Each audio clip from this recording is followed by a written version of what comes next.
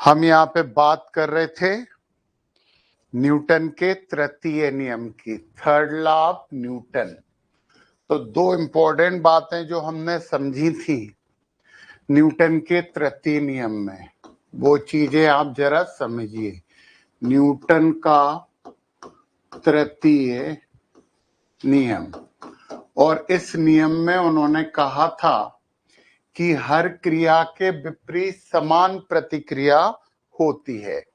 Every action there is equal and opposite reaction, ये Newton के तृतीय नियम में कहा गया था। तो हमने यहाँ पे दो बातें देखी थी। न्यूटन का तृतीय नियम हम इस तरीके से भी लिख सकते हैं कि बल हमेशा जोड़े में कार्य करते हैं, जोड़े में कार्य करते हैं। कभी भी अकेला बल कहीं पे नहीं लगता है, बल हमेशा जोड़े में लगता है। एक क्रिया बल होता है तो दूसरा प्रतिक्रिया बल होता है। दूसरी बात हमने क्या बोला था? क्रिया तथा प्रतिक्रिया बल, क्रिया तथा प्रतिक्रिया बल दो विपरीत वस्तुओं पे कार्य करते हैं। दो अलग अलग वस्तुएं लिख देते हैं, विपरीत की जगह अपन लिखते हैं अलग अलग वस्तुओं पे कार्य करते हैं। दो अलग अलग वस्तुओं पे कार्य करते हैं, मतलब ये कभी भी एक वस्तु पर कार्य नहीं करते। क्रिया और प्रतिक्रिया बल दो अलग अलग वस्तुओं पर कार्य करते हैं। ये दो बातें बहुत महत्वपूर्ण है। अब हमने बोला कि यदि एक बल ये है और एक बल ये है, इसे अपन ए बोल देते हैं, इसे बी बोल देते हैं, तो ये इस तरफ बल लगाएगी और ये इस तरफ बल लगाएगी। तो ये हो जाएगा F A B. A B पर बल लगा रही है, बी भी इतना ही बल लगाएगा, तो ये हो जाएगा एफ बी ए। बी पर ए के द्वारा लगा गया बल, और ये दोनों जो बल होंगे ना, एफ ए बी बराबर माइनस एफ बी ए, हम चाहें तो ये ऐसे सदिश के चिन्ह भी लगा सकते हैं। अब महत्वपूर्ण बात ये है बच्चों, जो हमें थोड़ी सी दिक्कत देती है, कि जब क्रिया और प्रतिक्रिया बल बराबर होते हैं तो हम कहते हैं कि हम चल पाते हैं इन दोनों बल के कारण, हम तैर पाते हैं इन दोनों बलों के कारण। जब हम चल इनके कारण पाते हैं, तैर पाते हैं, परंतु क्रिया और प्रतिक्रिया तो बराबर होते हैं, तो फिर हम चल कैसे पाते हैं? क्रिया और प्रतिक्रिया एक दूसरे को खत्म कर देना चाहिए, क्योंकि ये विपरीत दिशा में है और बराबर हैं। तो बच्चों चलो ये ही चीज हम जरा एक समझते हैं। ये मान लो कोई आदमी है, ये उसका पैर है। जब हम चलने के लिए तैयार होते हैं, चलते हैं, तो हम बल इस दिशा में लगाते हैं, ये बल लगाते हैं एफ इस दिशा में। प्रैक्टिकल करके देखना कि जब भी हमें चलना होता है तो हम जमीन को सीधा नहीं धकाते, हम इंक्लाइन मैनर में, नत समतल दिशा में, मतलब एक टेढ़ी दिशा में बल लगाते हैं। तो ये बल लगता है। तो बच्चों यहां पे ये बल जो लगेगा इस दिशा में, इसका प्रतिक्रिया बल इस दिशा में लगेगा। आर को हम क्या बोलते हैं? प्रतिक्रिया बल। प्रतिक्रिया बल ऊपर की दिशा में लगने वाला है। और ये बात तुम सब इतने अच्छे से जानते हो कि यदि बल एक्स और वाई एक्स के अलावा किसी दिशा में लग रहा हो तो वो दो घटकों में वियोजित हो जाता है। तो बच्चों यहां पे इसके दो घटक बन जाएंगे प्रतिक्रिया बल के, मतलब आर दो घटकों में वियोजित होगा।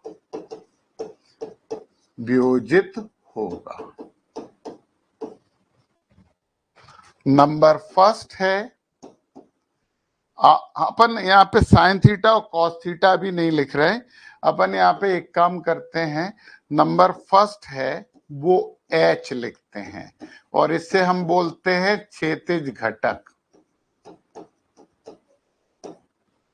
इसे अपन एच बोलते हैं और इसे लिखते हैं क्षैतिज घटक। तो एक इस तरफ होगा, ये है एच, हॉरिजॉन्टल कंपोनेंट, क्षैतिज घटक, और एक लगेगा इस दिशा में, वो होगा वी। सेकंड नंबर हम बोलते हैं वी क्या है, वी है ऊर्ध्वाधर घटक,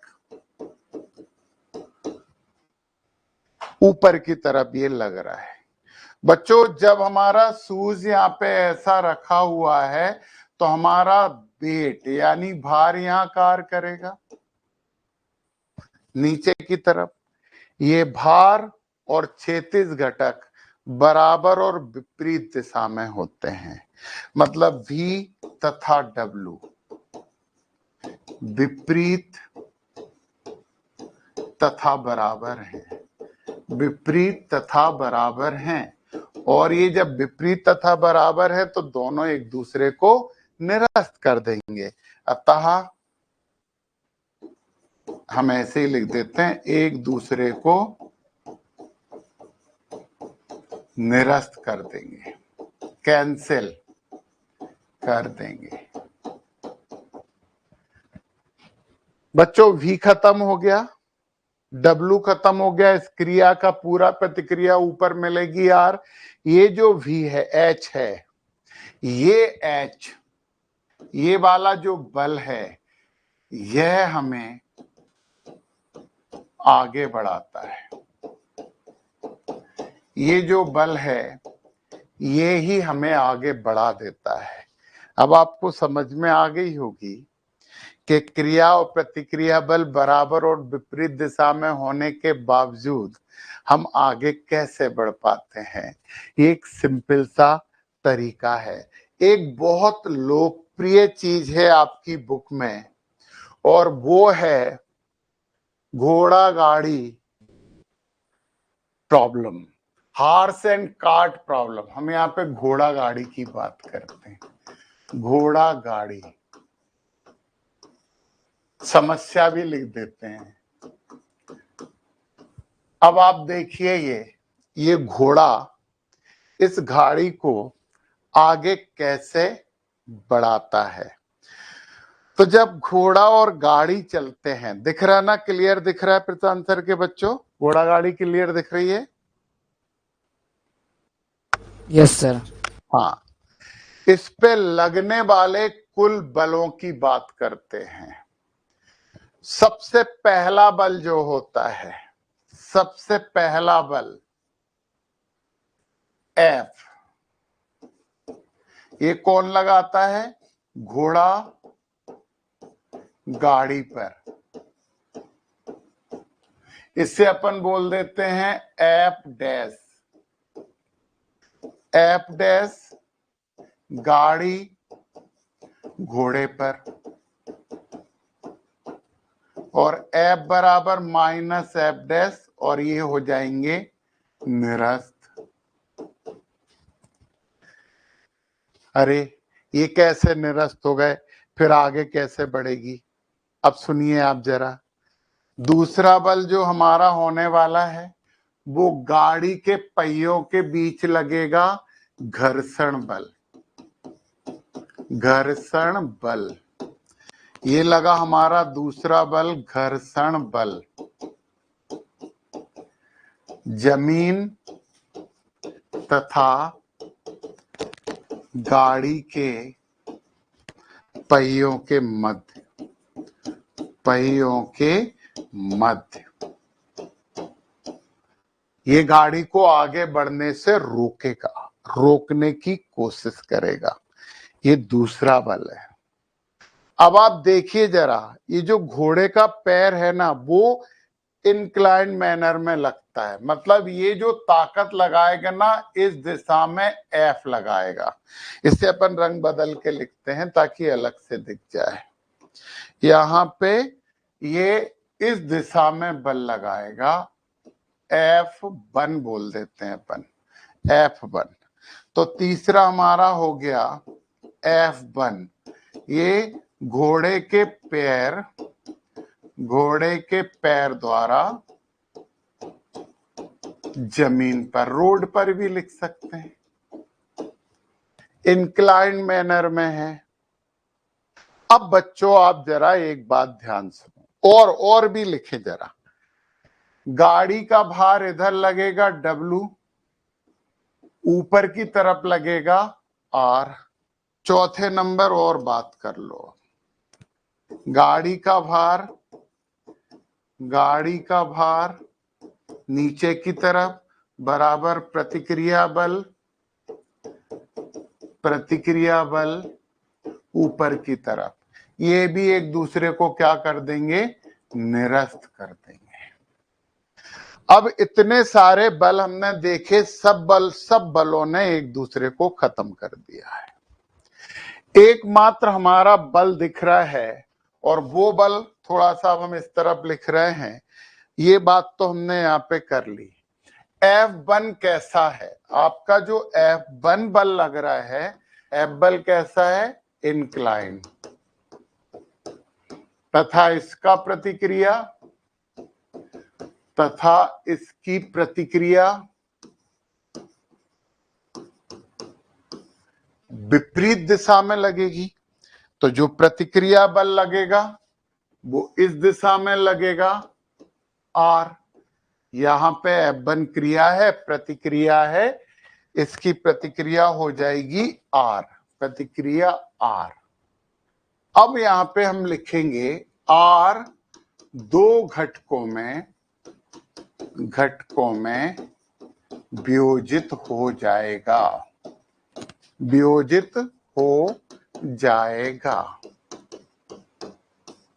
नंबर फर्स्ट H क्षैतिज घटक,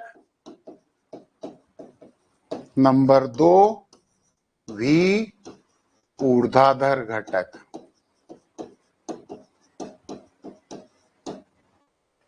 क्षैतिज घटक ये है, ऊर्ध्वाधर घटक ये है। चलो हम दोनों घटक बना दें। एक इस तरह लग गया, ये हो गया H, और एक इस तरफ लग गया, ये हो गया V ऊर्ध्वाधर घटक। अब घोड़े का वजन भी तो इसी पैर पे आने वाला है, वो पैर से धका रहा है। यहां पे WH घोड़े का भार, WH बराबर घोड़े का भार बराबर हो जाएगा V के, ऊर्ध्वाधर घटक के। और ये दोनों भी एक दूसरे को क्या कर देंगे, निरस्त। ये दोनों भी एक दूसरे को बिल्कुल निरस्त कर देंगे। इतनी बात सबको समझ में आई। अब आप देख लो बच्चों, अब आप यहाँ पे बहुत ध्यान से देख लो कि एक ही बल दिख रहा है H, और एक दिख रहा है घर्षण बल। घर्षण बल को स्मॉल f से लिख देते हैं। ये है असंतुलित बल H, और ये है घर्षण बल। दोनों एक दूसरे के विपरीत दिशा में हैं। यदि ये क्षैतिज घटक घर्षण बल से ज्यादा है तो गाड़ी चलेगी। मतलब H क्या है, क्षैतिज घटक, बड़ा हो F से। F क्या है, घर्षण बल। तो ही गाड़ी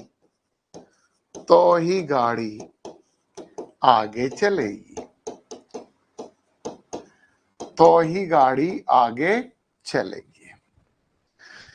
तो फैक्ट है यार, घर्षण बल से तो क्षैतिज घटक थोड़ा सा ज्यादा होता ही है, तो गाड़ी आगे चल जाएगी, घोड़ा गाड़ी को लेके चलता रहेगा। तो गाड़ी पे लगने वाला नेट बल कितना हो गया? अब इंपॉर्टेंट बात है, गाड़ी पर नेट बल बराबर H माइनस एफ। H घोड़े का क्षैतिज घटक और F घर्षण बल।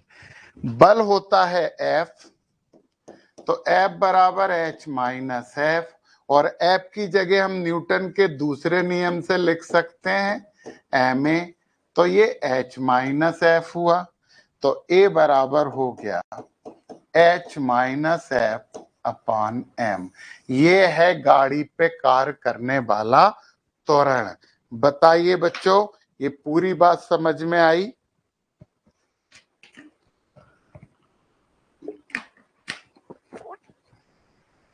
बताइए यस या नो बोलिए जल्दी से, तो हम आगे बढ़ते हैं। Yes sir. बहुत अच्छे समझ में आ गई पूरी बात? Yes sir. गुड। तो चलिए अब हम यहाँ पे बात करते हैं संवेग संरक्षण के सिद्धांत की। और बच्चों, ये जो संवेग संरक्षण का सिद्धांत है ना, ये सिद्धांत भी न्यूटन का तृतीय नियम है। ये सिद्धांत भी न्यूटन का तृतीय नियम है। तो हम बात कर रहे हैं यहाँ पे संवेग संरक्षण का सिद्धांत।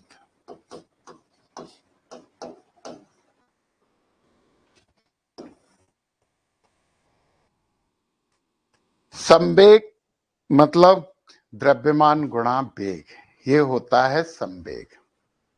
तो यहाँ पे यदि हम बोले तो ये लिखेंगे यहाँ पे बाह्य बल की अनुपस्थिति में, बाह्य बल की अनुपस्थिति में, in the absence of external force, बाह्य बल की अनुपस्थिति में किसी भी तंत्र का कुल संवेग, किसी भी तंत्र का कुल संवेग नियत रहता है। मतलब no external force, no any change in momentum, no external force, no any change in momentum. मतलब बाहर का फोर्स नहीं है तो बाहर का बल नहीं है, तो संवेग में परिवर्तन शून्य हो जाएगा। मतलब सीधी सी बात ये है कि P1 बराबर P2, मतलब प्रारंभिक संवेग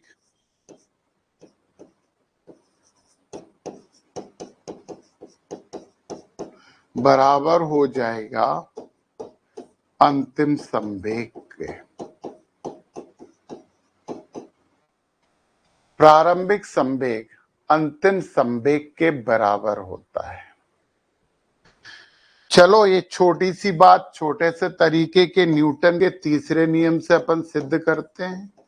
न्यूटन के दो तरीके से सिद्ध करेंगे तीसरे नियम से। आपको पता है एफ ए बी बराबर माइनस एफ बी ए। एफ का मतलब क्या होता है?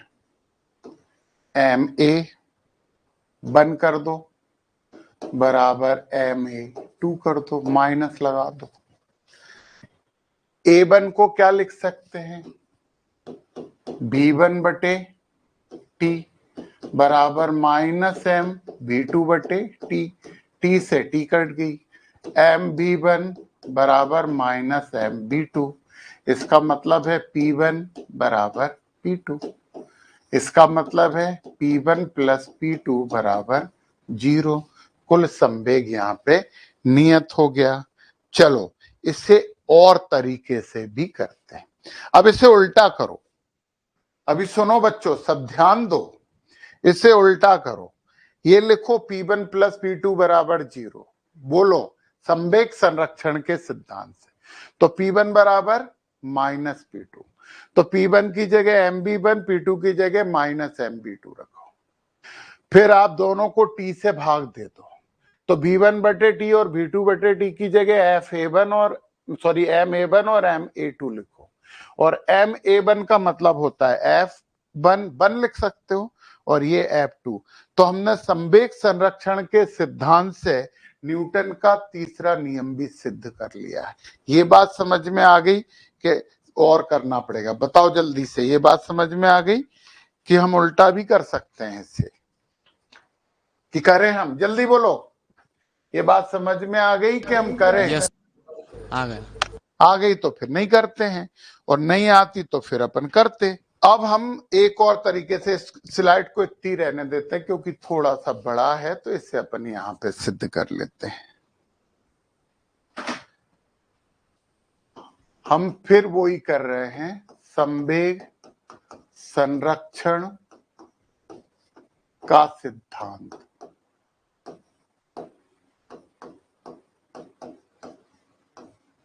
और इसे हम कर रहे हैं सिद्ध कीजिए। हमें सिद्ध क्या करना है? टू प्रूव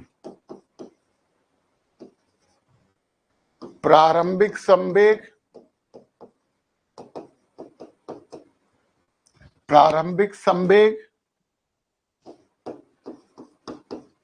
बटे बराबर अंतिम संवेग। और ये कैसे? ये बाह्य बल की अनुपस्थिति में।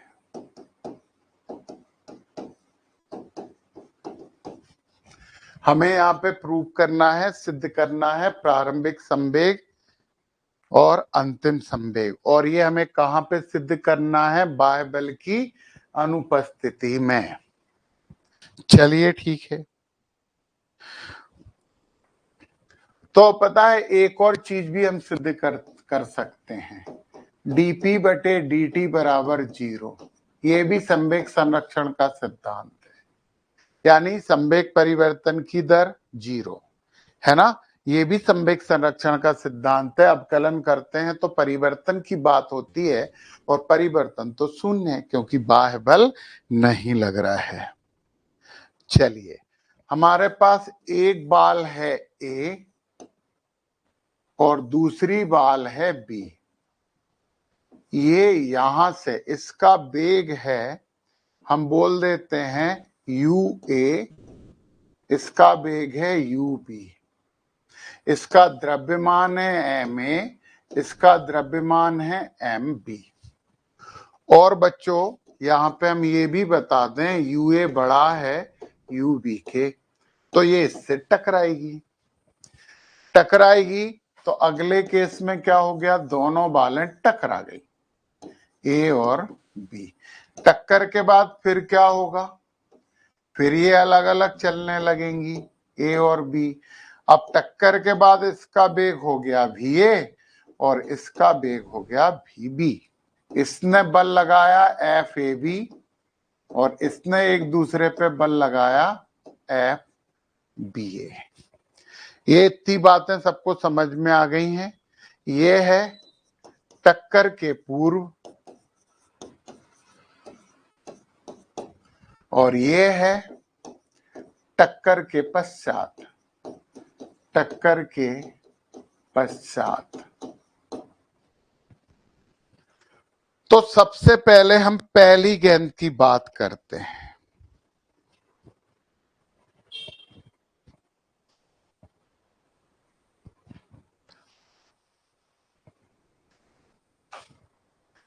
पहली की बात करते हैं, और यहाँ पे न्यूटन के द्वितीय नियम को उपयोग में लाते हैं। द्वितीय नियम से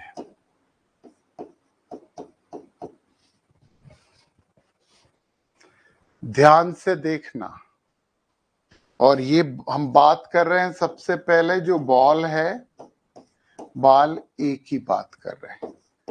एफ ए बी बराबर P2 माइनस P1 अपान टी। संवेग परिवर्तन की दर उस पर लगाए गए बारबेल के समानुपाती होती है।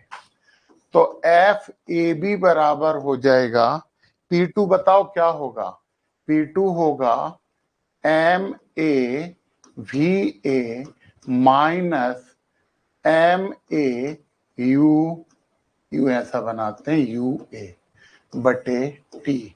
ये समीकरण नंबर हो गया 1। एफ ए बी निकाल लिया। अब हम यहीं पे फिर से बात कर रहे हैं न्यूटन के द्वितीय नियम से।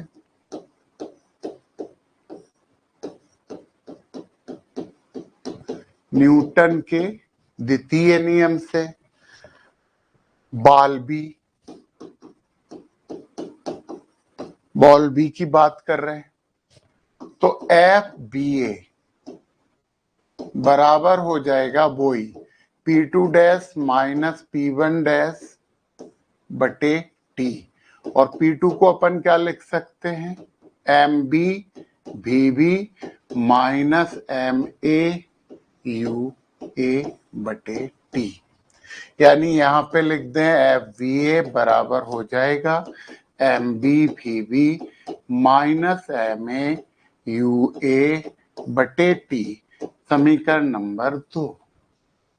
ये आ गया हमारा समीकरण नंबर 2। अब हम बात करते हैं न्यूटन के तृतीय नियम से।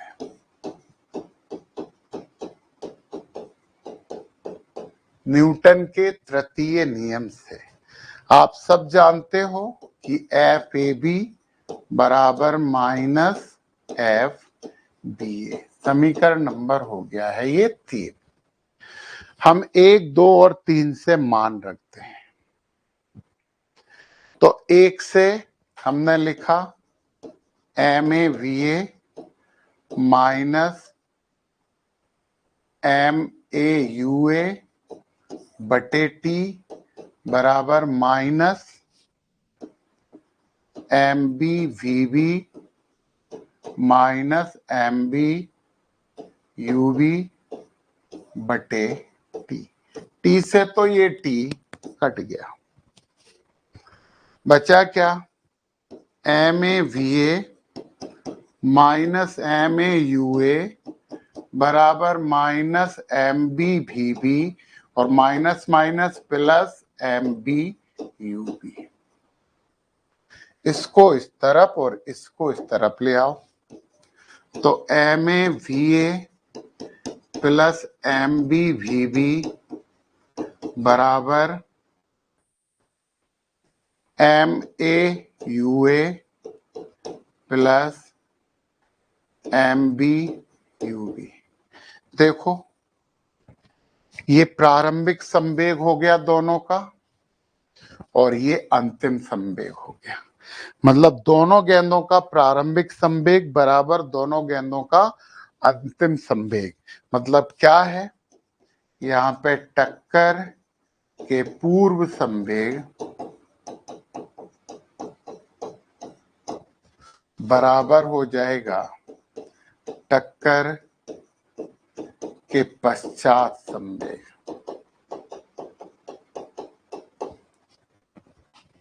ये टक्कर के पश्चात संवेग, और ये हमने कर दिया है इसे सिद्ध, हैंस प्रूव्ड। एक प्रश्न करते हैं, फिर हम यहाँ पे वृत्तीय गति पढ़ेंगे, जो कि हमने उसमें नहीं पढ़ी थी, वो हम यहाँ करने वाले हैं। फिर घर्षण पढ़ना है। तो मोहम्मद इकराम ने ऐसे लिख दिया,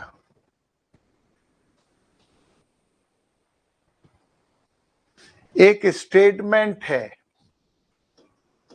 न्यूटन का गति का द्वितीय नियम ही वास्तविक नियम है। वास्तविक नियम है। ये तो स्टेटमेंट हो गया कि न्यूटन का जो गति का द्वितीय नियम था वो ही वास्तविक नियम है और इसे हमें करना है सिद्ध। इसे करना है सिद्ध। सिद्ध कीजिए।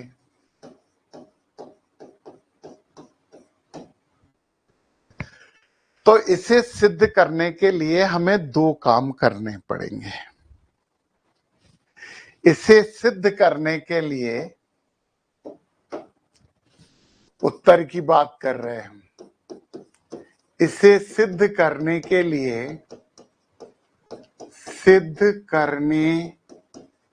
लिए हमें न्यूटन के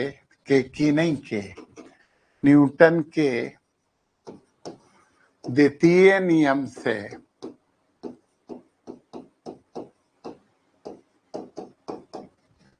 प्रथम नियम तथा तृतीय नियम प्राप्त करना होगा। प्रथम नियम तथा तृतीय नियम प्राप्त करना होगा। मतलब हमें ये करना पड़ेगा कि द्वितीय नियम ही वास्तविक है, तो द्वितीय नियम से पहले प्रथम नियम लेके आओ और फिर द्वितीय नियम से ही पहले तृतीय नियम लाओ। तो सबसे पहला काम हम यहां कर रहे हैं, द्वितीय नियम से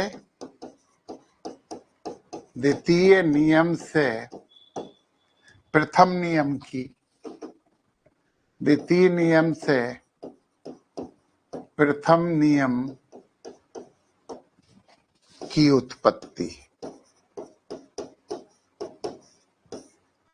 द्वितीय नियम से हमें सबसे पहले निकाल के देना है प्रथम नियम की उत्पत्ति।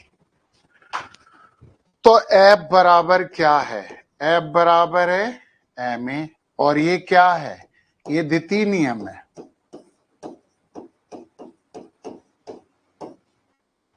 F बराबर ma क्या है? द्वितीय नियम। ये तो द्वितीय नियम से आया था, तो F बराबर ma तो द्वितीय नियम होगा। यदि बाह्य बल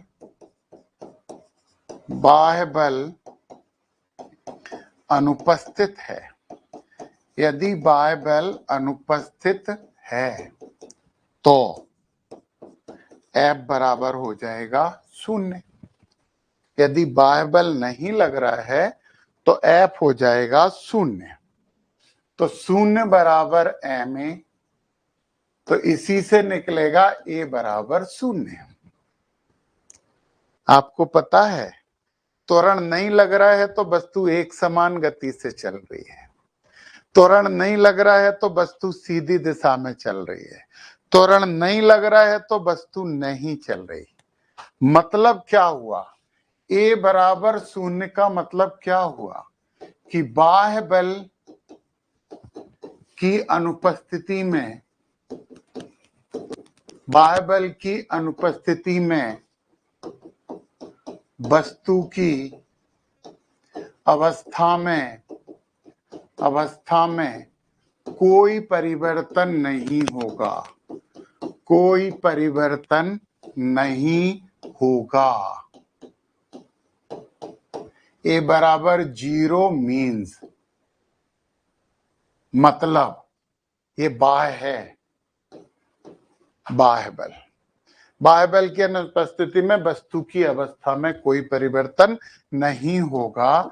यही न्यूटन का प्रथम नियम है।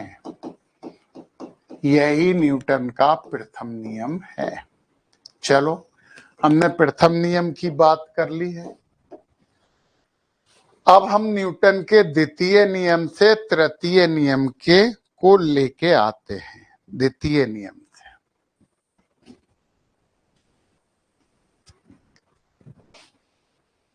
अब हम क्या करेंगे? द्वितीय नियम में तृतीय नियम भी अनुसरित होता है।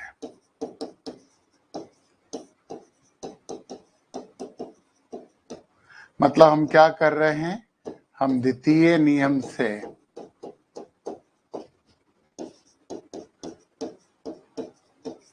तृतीय नियम की उत्पत्ति, हम यहाँ पे द्वितीय नियम से तृतीय नियम की उत्पत्ति कर रहे हैं। द्वितीय नियम में क्या है? द्वितीय नियम में हमें पता है कि F समानुपाती है डेल P बटे डेल T के।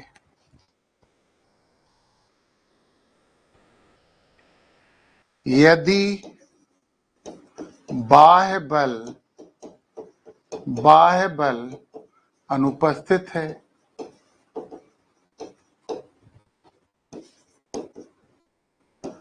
तो डेल P बटे डेल T बराबर 0। परिवर्तन, इसका मतलब क्या है?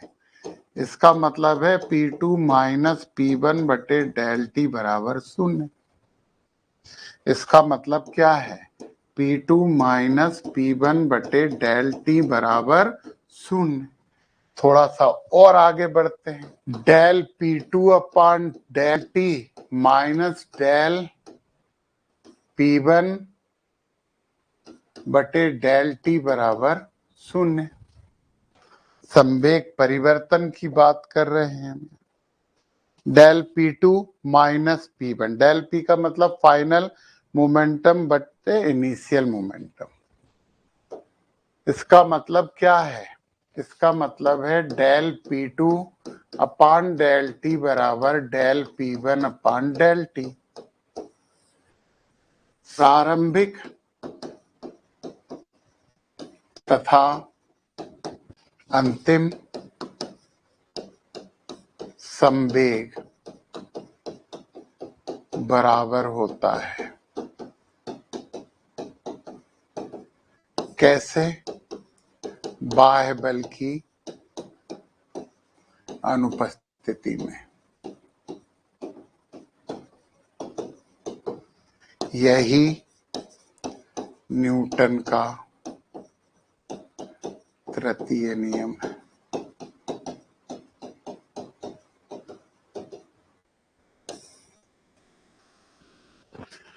तो हमने न्यूटन के तृतीय नियम की भी बात कर ली और ये मान लिया, ये प्रूव कर दिया कि सेकंड लॉ से, द्वितीय नियम से हम तृतीय नियम और प्रथम नियम दोनों प्राप्त कर सकते हैं। अब हमें पढ़ना चाहिए घर्षण।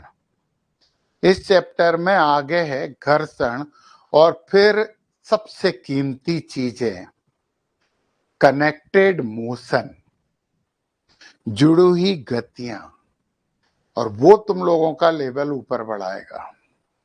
परंतु हमने थोड़ा सा वृत्तीय गति की बात नहीं की थी, क्योंकि यहाँ पे जब हम घर्षण पढ़ेंगे तो कार को वृत्तीय मार्ग पे चलाएंगे, तो हमें यहाँ पे थोड़ी सी बात करनी पड़ेगी वृत्तीय गति की। तो समझिए बच्चों, वृत्तीय गति, सर्कुलर मोशन। तो हम यहाँ पे बात कर रहे हैं अभी वृत्तीय गति। हम आपको बता दें कि ये जो वृत्तीय गति है वो मोशन इन प्लेन, तल में गति के चैप्टर में है, जो हम वहां पे मिस कर गए। तो अपन यहाँ पे कर लेते हैं, क्योंकि वृत्तीय गति तो हमें करना पड़ेगा और वृत्तीय गति का मतलब होता है सर्कुलर मोशन। कुछ बहुत इंपॉर्टेंट बातें हैं जो हमें समझते हुए चलना पड़ेगा। एक बिंदु के चारों ओर गति, एक बिंदु के चारों ओर गति वृत्तीय गति कहलाती है। वृत्तीय गति कहलाती है। Motion around a fix point is called circular motion. तो एक बिंदु के चारों तरफ वृत्तीय गति होती है, तो वृत्तीय गति इस बिंदु के ओ मान लेते हैं चारों तरफ हो कैसे रही है। मतलब कोई चीज है जो उसे इस बिंदु से दूर नहीं जाने दे रही, मतलब कोई चीज है जो इसे बिंदु से दूर नहीं जाने दे रहा है, उस पे हमेशा कार्य कर रहा है एफ। एफ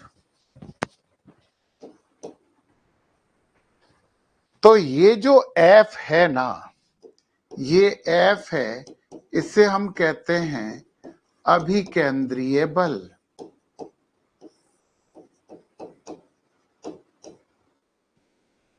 एफ है अभिकेंद्रीय बल। और हम अभी अभिकेंद्रीय बल का फार्मूला भी निकाल देंगे, परंतु अभी हम लिख दे रहे हैं mv²/r। आर क्या है? आर इसकी त्रिज्या है वस्तु की, जो इस डायरेक्शन में गति कर रही है। ये जो अभिकेंद्रीय बल है, ये केंद्र की तरफ लग रहा है, तो वस्तु में केंद्र की तरफ ही एक त्वरण कार्य करता है। चूंकि एक एक बात कीमती है, चूंकि अभिकेंद्रीय बल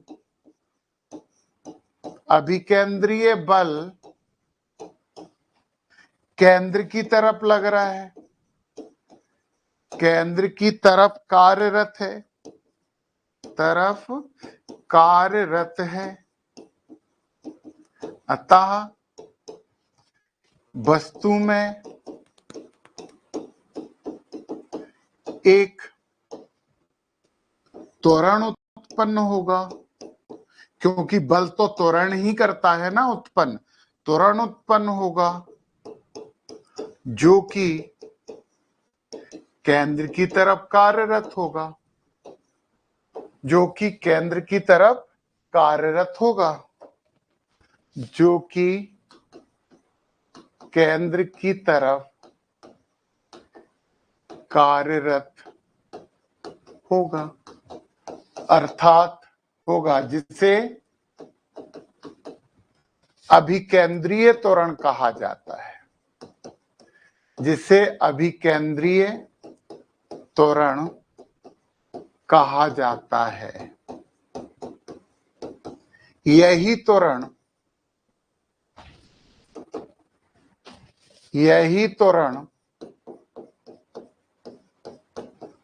वृत्तीय गति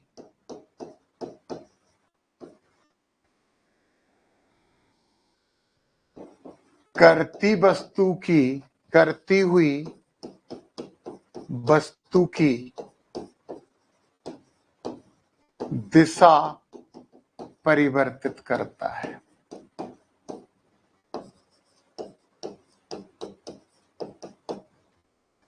मतलब कोई वृत्तीय गति कर रही है वस्तु, तो यहाँ पे दिशा ये होगी, तो यहाँ पे दिशा ये होगी, यहाँ पे दिशा ये होगी, यहाँ पे दिशा ये होगी, और ये दिशा कौन परिवर्तित कर रहा है? अभिकेंद्रीय त्वरण, सेंट्रीपेटल एक्सेलरेशन, ये अभिकेंद्रीय त्वरण कर रहा है। तो इससे हम कह सकते हैं वो विशेष बात कि एक समान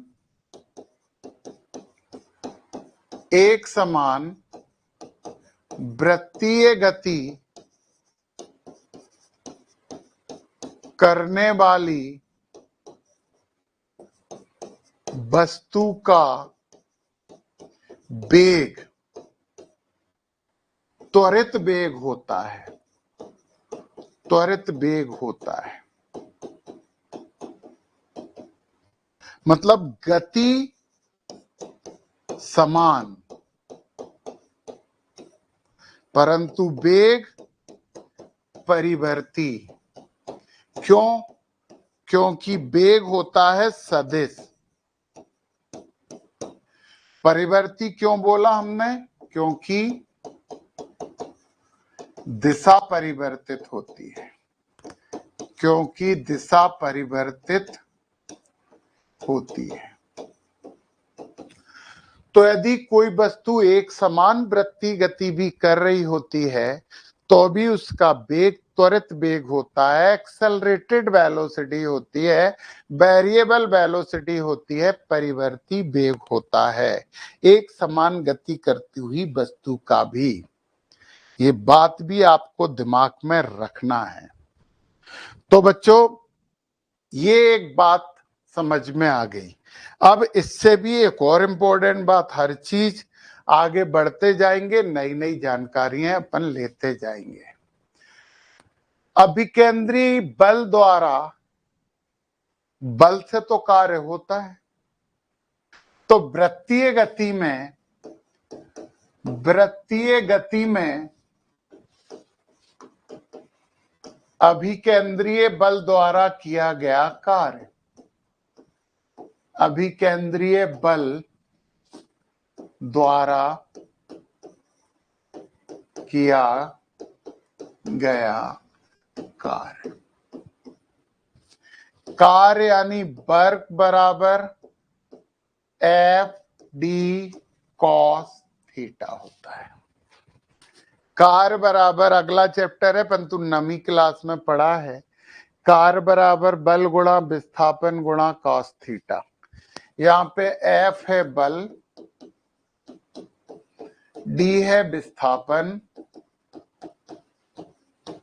और थीटा है बल तथा विस्थापन के मध्य कार्य।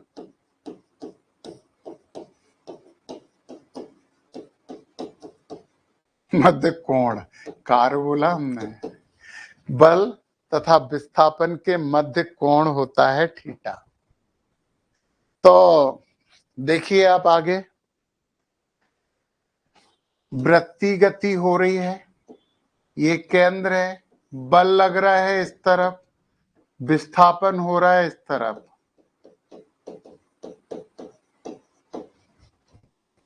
बल इधर लग रहा है, विस्थापन की दिशा यही है ना, विस्थापन भी सदिश है, इस बिंदु पे विस्थापन स्पर्श रेखा से ही तो लिया जाएगा। तो थीटा बराबर कितना हो गया? 90 डिग्री, 90 डिग्री। तो इसमें मान रखो W is equal to F D cos 90, और जो कॉस 90 होता है वो तो शून्य होता है, तो W बराबर शून्य। तो वृत्तीय गति के लिए अभिकेंद्री बल कोई कार्य नहीं करता, बड़ी चौंकाने वाली बात है ये। तो वृत्तीय गति में अभिकेंद्रीय बल द्वारा किया गया कार्य, अभिकेंद्रीय बल द्वारा किया गया कार्य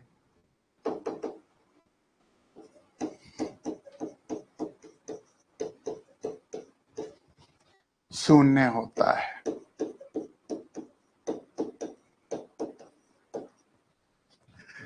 तो जब वृत्तीय गति होती है तो जो अभिकेंद्री बल कार्य करता है वो नहीं करता है। वृत्तीय गति में अभिकेंद्री बल कोई कार्य नहीं करता है, उसके द्वारा किया गया कार्य शून्य होता है, फिर भी वृत्तीय गति होती है। आगे की कुछ बातें हमें और समझनी है। सर्कुलर मोशन यानी कोणीय वेग, कोणीय वेग बराबर वृत्तीय गति होता है। और इसे हम प्रदर्शित करते हैं ओमेगा से। इसे हम प्रदर्शित करते हैं ओमेगा से। तो वृत्तीय गति में जो वेग होता है उसे कोणीय वेग भी कहा जाता है और उसे प्रदर्शित किया जाता है ओमेगा से। तो देखो जरा, ये हो रही है वृत्तीय गति, ये है केंद्र और यहां से इसकी त्रिज्या r है। ये एक पॉइंट ए से वो दूसरे पॉइंट बी तक चली गई, यहां से ऐसी गई। ये कोण होता है थीटा। ये कोण होता है थीटा। तो पता है कोणीय वेग बराबर कोणीय वेग बराबर थीटा को हम क्या बोलेंगे? कोणीय विस्थापन।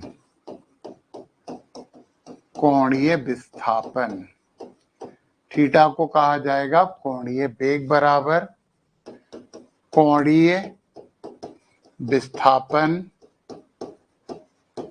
बटे समय,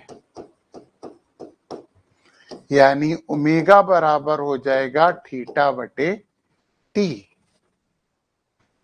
ये बहुत इंपॉर्टेंट बात है। अब एक बहुत स्पेशल बात बताते हैं आपको। वो बात ये है कि कोण अदिश राशि होता है, कोण अदिश होता है, परंतु कोणीय विस्थापन एक सदिश राशि है। मतलब थीटा बराबर कोणीय विस्थापन एक सदिश राशि होती है। कोणीय विस्थापन एक सदिश राशि होती है। ये अक्षीय सदिश है। इसकी दिशा निकालने के लिए सीधे हाथ को जिस दिशा में वो गति कर रही होती है उधर मोड़ दो तो अंगूठा इसकी दिशा बताता है। यदि हम अपनी उंगलियों को उस दिशा में मोड़ें जिधर वस्तु वृत्तीय गति कर रही हो, तो हमारे हाथ का अंगूठा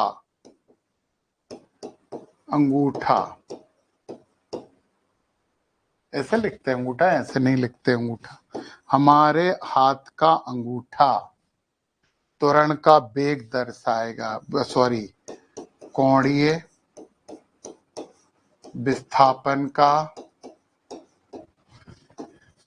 वेग दिशा दर्शाता है।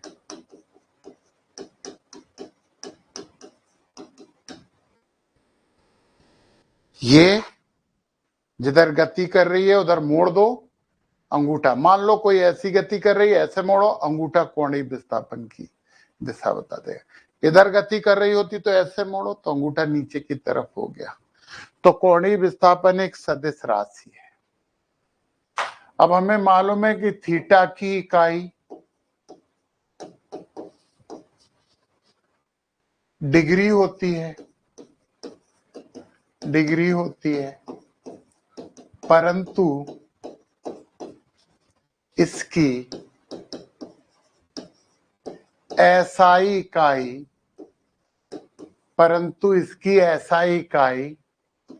रेडियन, RAD लिखते हैं, रेडियन होती है। इसकी एसआई इकाई जो होती है थीटा की रेडियन। मतलब हम डिग्री को कभी भी उपयोग नहीं कर सकते, हमें डिग्री को काय में बदलना पड़ेगा, डिग्री को हमें रेडियन में बदलना ही पड़ेगा। तो बच्चों डिग्री यदि हमें दी है और इसमें गुणा कर दो पाई बटे 180 का, तो ये बन जाता है रेडियन। तो आपको डिग्री को रेडियन में बदलना पड़ेगा, डिग्री को आपको रेडियन में बदलना पड़ेगा। जैसे कि हम बोलें 30 डिग्री है, तो 30 गुणा पाई बटे 180 रेडियन हो जाएगा, बराबर 3 छंग 18, मतलब पाई बाई 6 रेडियन। ऐसे हमें डिग्री को रेडियन में बदलना आना चाहिए। 60 डिग्री को बदलें तो 60 गुणा पाई बटे 180 रेडियन हो जाएगा, 6 18 बराबर पाई बाई 3 रेडियन। 180 डिग्री को भी बदल देते हैं, तो 180 गुणा पाई बटे 180 बराबर पाई रेडियन। ये 1 रेडियन बराबर 180 डिग्री, पाई रेडियन बराबर 180 डिग्री। तो ये बात समझिए आप। तो हमें जब भी डिग्री को हमें कैलकुलेशन में लेना होगा तो उस डिग्री को हमें बदलना पड़ेगा रेडियन में, तब हम उसका उपयोग कर पाएंगे। तो बच्चों वृत्तीय गति अभी चलेगी, अगली क्लास में ये खत्म होगी और फिर हम घर्षण भी प्रारंभ कर देंगे। तो आज की क्लास इतनी ही, मिलते हैं अगली क्लास में, तब तक के लिए नमस्कार।